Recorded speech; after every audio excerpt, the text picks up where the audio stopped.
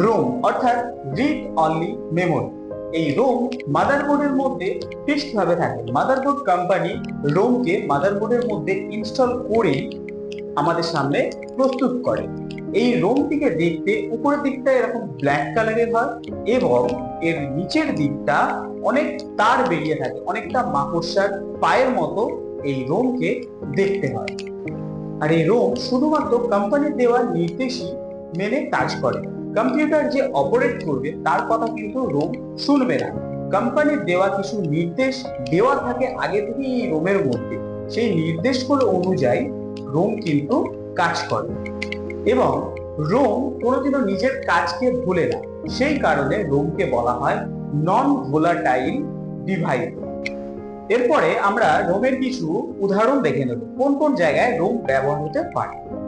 Computer ছাড়াও বিভিন্ন জায়গায় রোমের ব্যবহার হয়, যেরকম ওয়াশিং মেশিনের মধ্যে আপনারা লক্ষ্য করে দেখবেন একটি ডিজিটাল মিটার থাকে। তো সেই ডিজিটাল মিটারের মধ্যে অনেক বাটন থাকে এবং আমরা সেখানে টাইমার সেট করতে পারি। ধরুন আপনি আপনার জামা কাপড় 20 মিনিট ওয়াশ করতে দিলেন, তো আমরা 20 মিনিট সেখানে টাইমারটা সেট করে দিয়ে আমরা নিজেদের কাজ করতে চলে যাই। সে তার কাজ নিজের মতো 20 মিনিট করবে, কাপড়টা ওয়াশ করবে এবং ওয়াশ করার পর সে নিজে অটোমেটিকলি বন্ধ হয়ে যাবে। কিন্তু ধরুন 10 মিনিট ওয়াশিং মেশিনটা চললো, তারপরে হঠাৎ কারেন্ট চলে গেল। কারেন্ট এলো 2 ঘন্টা পর। তারপরে যখন ওয়াশিং মেশিনটা অন হবে, ওয়াশিং মেশিনটা কিন্তু আবার প্রথম থেকে 20 মিনিট চলবে না, কারণ এখানে রোম আছে। রোমের মনে আছে যে আমি প্রথমবারে 10 মিনিট চলেছিলাম, তো এইবার যখন কারেন্ট আবার এসেছে তো আবার 10 মিনিট থেকে চলতে আরম্ভ করবে, তাহলে আর 10 মিনিট চলে আমাকে বন্ধ হয়ে যেতে হবে। এটাই হলো রোমের কাজ। রোম নিজের কাজ ভোলে না, আমি প্রথমেই বললাম। সেই কারণে ওয়াশিং মেশিনের মতো আমাদের রোমের ব্যবহার করা হয়।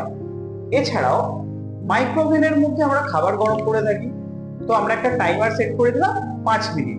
তো মাইক্রোওভেনের মধ্যে একটি রোম লাগানো থাকে, যার মনে আছে যে আমাকে 5 মিনিট চলতে হবে। তো সে তার মতো 5 মিনিট রোম মাইক্রোওভেনটা চললো, চলার পর মাইক্রোওভেন অটোমেটিকলি বন্ধ হয়ে গেল, আপনাকে বন্ধ করতে হবে না। এর মধ্যেও আমাদের রোমের ফাংশন কাজ করছে।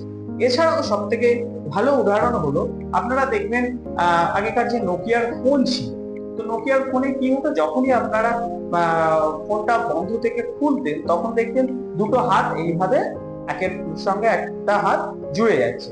তো এটা কোম্পানি কিন্তু ওখানে আগে থেকে দিয়ে পাঠিয়েছে। এটা রোমের মধ্যেই দেওয়া ছিল, যে রোমের মধ্যেই এরকম ইনস্ট্রাকশন দেওয়া ছিল যে ফোনটা লক খোলা মানেই সঙ্গে সঙ্গে যেন দুটো হাত মিলে যায়।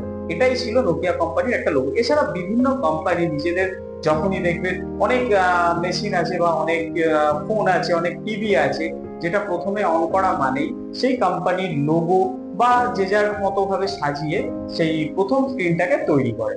তো এইগুলোই সাধারণত রোমের কাজ। এছাড়াও বাইকের মিটারে যদি আপনারা লক্ষ্য করেন, দেখবেন মিটারে অনেক রকম আলোর জায়গা করা আছে, লাইটের বা সিগন্যালের জায়গা করা আছে। যখন আমরা লেফট সাইডে যাব, তো লেফট সাইডের ইন্ডিকেটরের যখন বাটনটাকে আমরা অন করব, তখন আমরা লক্ষ্য করে দেখবেন এই মিটারের মধ্যে লেফট সাইডের যে সিগন্যালের যে আলোটা সেটা কিন্তু ব্লিঙ্ক হতে আরম্ভ করছে, এটা কিন্তু জ্বলতে আরম্ভ হবে। আবার যখন আমরা রাইটে যখন বাটনটাকে শিফট করব, তখন রাইট সাইডের আলোটা জ্বলতে থাকবে। এছাড়াও আমাদের যদি স্ট্যান্ড পড়ে থাকে, তাহলে দেখবেন ওখানে একটা স্ট্যান্ডের সিগন্যাল আছে, সেইটা চলে যাবে। তো এখানেও রোমের ফাংশন আছে। এছাড়াও দেখবেন আমাদের যে টিভি চালানোর জন্য যে রিমোট ব্যবহার হয়, তো রিমোটের মধ্যেও কিন্তু রোমের কাজ আছে।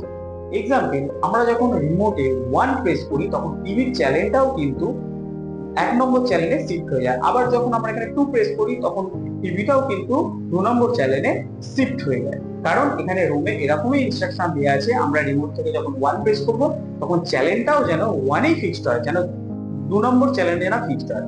আবার যখন 2 প্রেস করব তখন যেন 2 নম্বর চ্যানেলেই আমাদের টিভির চ্যানেল শিফট হয়ে যায়। তো এই ব্যবহারগুলোই রোমের মধ্যে আমরা দেখতে পাই। নমস্কার, সবাই ভালো থাকবেন, সুস্থ থাকবেন।